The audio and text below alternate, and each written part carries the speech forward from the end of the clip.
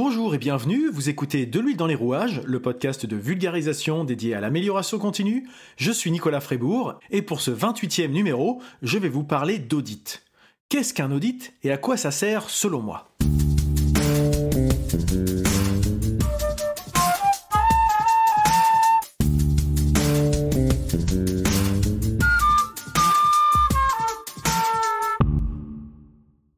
Alors quand on parle d'audit, c'est tout de suite assimilé à quelque chose d'austère. C'est un mot qui fait fuir, qui fait peur, et c'est souvent vu comme un mal nécessaire ou une perte de temps.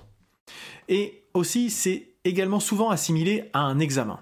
Donc ça nécessite révision, bachotage, stress, pour être sûr de pouvoir donner la bonne réponse. Mais pour moi, ça n'est pas ça, du moins, ça n'est plus ça.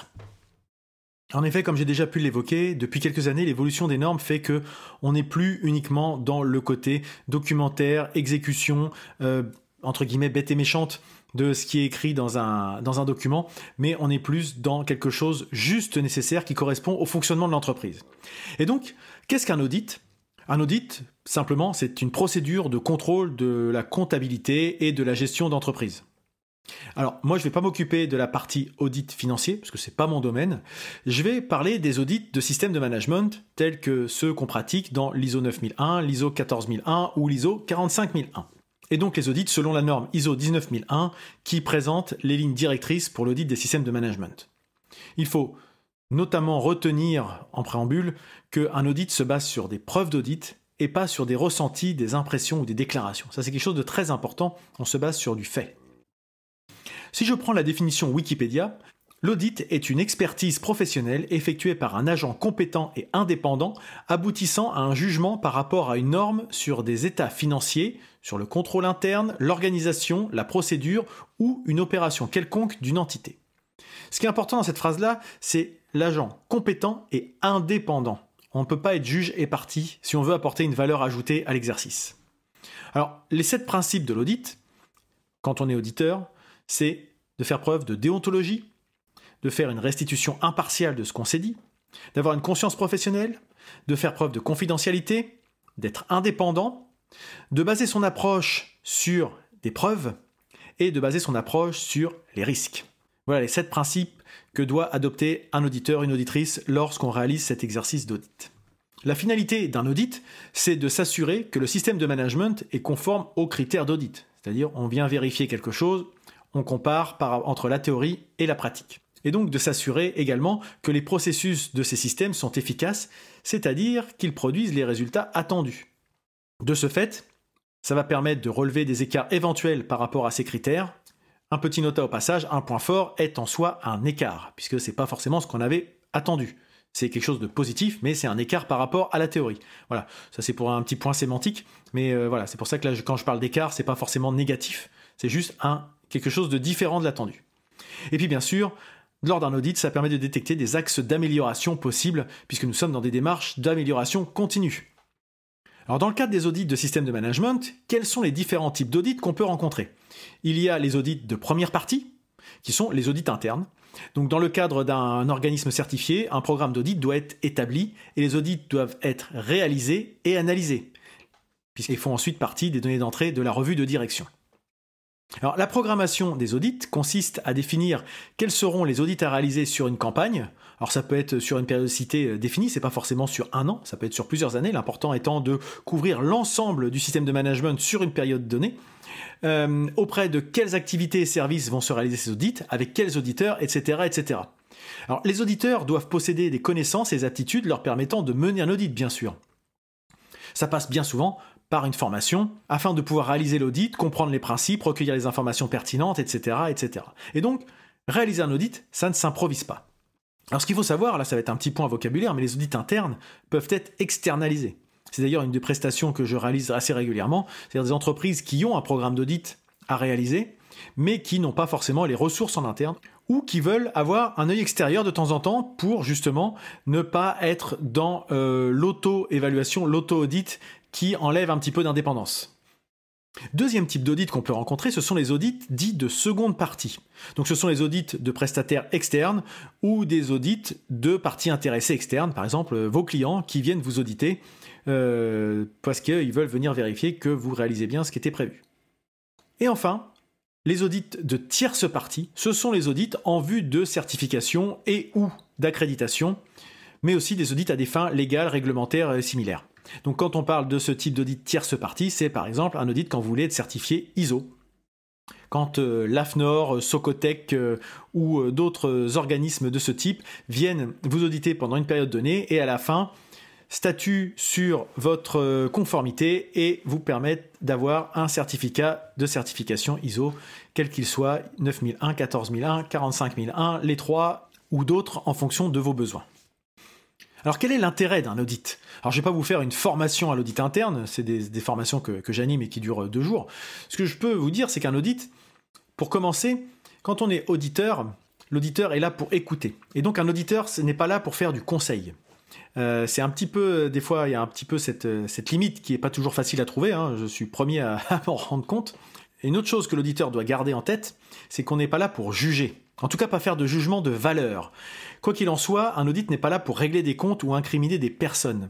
Un audit, c'est là pour évaluer la cohérence d'un système et d'une organisation. Et derrière, tout problème rencontré n'est pas qu'une responsabilité individuelle. Alors ça va peut-être faire bondir certaines personnes en entendant ça, mais quand on fait un audit et qu'on identifie des problèmes, on ne cherche pas des responsables ou des coupables. On n'est pas là pour couper des têtes. Je suis peut-être un petit peu direct en disant ça, mais c'est des fois un petit peu ça donne un peu l'impression que certaines personnes veulent faire règlement de compte à OK Corral. En disant je vais en profiter pour derrière pouvoir m'appuyer sur l'audit pour chercher à sanctionner des gens. C'est pas du tout l'objectif de l'audit. Ça peut mettre en exergue des problématiques, mais souvent ça permet aussi d'identifier que quand on répond que c'est un problème de comportement, c'est un peu une réponse facile qui derrière reflète souvent un problème de management, de formation, voire de recrutement initial. Ça peut être possible, on s'est peut-être juste trompé sur le recrutement et la personne n'est pas adaptée à faire le travail qu'on veut faire et elle est peut-être un état d'esprit qui ne correspond pas. Mais le recrutement, ça reste de la responsabilité de l'organisme. Et il y a eu un dysfonctionnement à ce niveau-là. Et c'est ça qu'il faut faire. Sanctionner une personne, ça ne réglera pas le problème initial, qui a été qu'on n'aurait pas dû mettre cette telle personne à tel endroit, on n'aurait peut-être pas dû la recruter. Voilà, tout ça pour dire que le comportement, c'est un petit peu l'arbre qui cache la forêt quand on veut aller à la réponse facile, plutôt que de chercher les problèmes de fond. Donc quand je parlais du recrutement, on retrouve aussi des gens qui disent « Ah mais lui ou elle, c'est quelqu'un, il a toujours une conduite dangereuse ». Mais ça reste un problème de l'entreprise de dire « Mais pourquoi cette personne est-elle toujours en place ?» si elle est si dangereuse et qu'elle est problématique. Donc, on peut dire que la personne, on va la sanctionner, mais il y a un problème de fond de l'entreprise qui est de ne pas réussir peut-être à gérer certains types de personnalités, de problèmes, de comportements, etc., etc. Donc, tout ça pour dire que pour moi, l'audit doit être perçu comme un outil d'amélioration continue parce que ça permet de faire le point sur l'existant afin de dégager des points faibles ou des sujets non conformes. Et encore, les non-conformités sont suivant le référentiel d'audit. Donc, il faut bien définir selon quel référentiel on se base pour réaliser l'audit. Ce qu'il faut voir aussi, c'est que pour les audits internes, il ne faut pas les faire parce qu'on est obligé, parce que c'est ce qui est demandé dans la norme, il faut donner du sens à l'exercice. Et pas, comme je le disais en tout début de ce podcast, parce que c'est un mal nécessaire. L'audit, c'est un processus donc systématique, indépendant et précisément documenté, qui permet de recueillir des informations objectives pour déterminer dans quelle mesure les éléments du système observé satisfont aux exigences des référentiels du domaine concerné. C'est bien précis. Quand je disais tout à l'heure que ça ne s'improvise pas, c'est comme ça. Et un audit, ce n'est pas une checklist.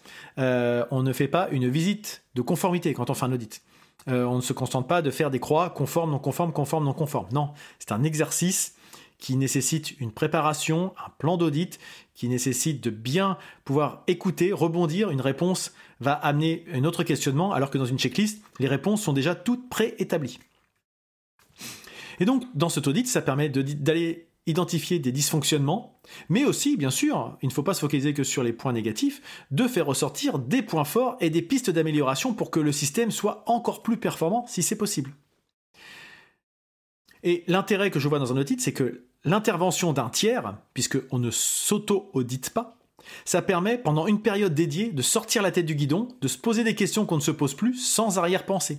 C'est-à-dire d'avoir quelqu'un de relativement neutre qui intervient, qui pose des questions, des fois un peu candides, mais qui fait que ça paraît tellement évident qu'on ne regardait plus la question, on ne se posait plus la question sur ce sujet-là. Ça permet de réorienter sa façon de voir les choses et peut-être justement de revoir autrement le fonctionnement de l'entreprise.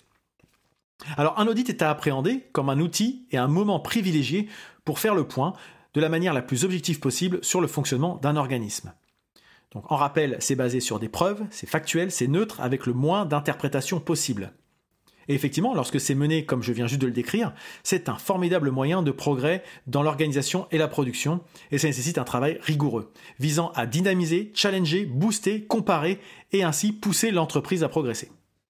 Alors quel est l'intérêt de faire ces audits de temps en temps ? Je fais souvent l'allégorie de la grenouille quand je parle de ça. Vous connaissez peut-être ça. Vous mettez une grenouille dans un récipient rempli d'eau, et vous commencez à chauffer l'eau. Lorsque la température commence à monter, la grenouille, elle ajuste sa température corporelle en conséquence. Et puis, elle continue de faire ça au fur et à mesure que l'eau monte, jusqu'au moment où l'eau est sur point d'atteindre son point d'ébullition, et la grenouille, en fait, elle peut plus s'adapter. La grenouille décide de vouloir sauter, mais elle ne peut plus, en fait. Son corps ne peut plus, parce qu'elle a perdu toute sa force à s'adapter à la montée de la température. Et finalement, la grenouille meurt cuite dans son eau. Qu'est-ce qui a tué la grenouille, en fait ? Eh bien, c'est son incapacité à décider de quand sortir. Parce qu'elle s'est accoutumée de la situation qui pourtant devenait de plus en plus problématique avec le temps qui avançait. Alors qu'une grenouille extérieure qui arriverait dans la casserole à 50 degrés, à peine elle aurait mis un orteil dedans qu'elle bondirait au loin. Elle dirait mais c'est pas possible, tu peux pas rester là-dedans. Et donc cette allégorie, peut-être un petit peu grossière, que j'utilise régulièrement pourtant, fait prendre en compte que nous devons nous adapter aux personnes et aux situations, et que nous devons savoir quand nous devons nous adapter et quand nous devons passer à autre chose. Il y a des moments où nous devons faire face à une situation et prendre les mesures appropriées. Et c'est pas forcément simple. Et c'est cette analyse que permet la mise en place d'un système de management dont les audits font partie intégrante, mais aussi les revues de direction, les différents points, les suivis d'indicateurs qui permettent justement de ne pas faire comme la grenouille et de justement sentir qu'il y a une grosse dérive dans la situation et qu'il est temps de prendre en main la situation et peut-être de faire machine arrière et de voir les choses complètement autrement. Et donc, pour conclure, les opportunités à retirer d'un audit, c'est de vérifier la conformité et l'efficacité du système de management, c'est de s'assurer de la cohérence et de l'adaptation du système de management au regard des enjeux internes et externes, c'est d'évaluer les performances du système de management, c'est d'animer ce même système de management afin de mobiliser les collaborateurs, c'est d'anticiper les nouveaux risques et les nouvelles opportunités, mais aussi d'identifier les pistes de simplification, de repérer les maillons forts à pérenniser et les maillons faibles à renforcer, et enfin d'intégrer l'efficience en tant qu'élément de performance. Donc au-delà de l'exercice obligé, c'est plutôt à voir comme quelque chose de positif, non ? Vous ne trouvez pas ? Enfin moi, c'est ce que j'ai essayé de faire transparaître à travers ce podcast, puisque pour moi, au-delà du côté exigeant que ça peut avoir quand on a le rôle de l'auditeur, c'est régulièrement un moment très riche, d'autant plus agréable et constructif quand les audités ressortent en me disant après l'audit qu'ils ont identifié des choses qu'ils n'imaginaient pas, ou que ça les motive à initier des actions d'amélioration concrètes, parce que là encore, derrière, c'est trouver du concret. Et pour vous, ça évoque quoi un audit dans votre activité ? Je serais bien curieux de le connaître. Comment le vivez-vous ? Est-ce que vous avez cette même approche ? Et si vous êtes encore là, c'est certainement que ce podcast vous a plu. Et si vous a plu, n'hésitez pas à en parler autour de vous, le bouche à oreille et la recommandation étant les meilleurs moyens de promotion. Vous pouvez me suivre en vous abonnant à ce podcast dans votre application de podcast préférée ou en allant directement sur le site de l'huile dans les rouages, toutattaché.fr. D'ailleurs, sur ce site, vous pourrez trouver le lien pour vous abonner à la newsletter hebdomadaire dédiée à l'amélioration continue. Je suis sur les réseaux sociaux, Facebook, Twitter, Instagram et LinkedIn. En tapant de l'huile dans les rouages, vous me trouverez facilement. N'hésitez pas à me poser des questions et me répondre sur ces mêmes réseaux sociaux ou par le moyen que vous souhaitez. Je serai ravi d'échanger avec vous. Il me reste désormais à vous souhaiter de passer une très bonne journée et je vous dis à bientôt.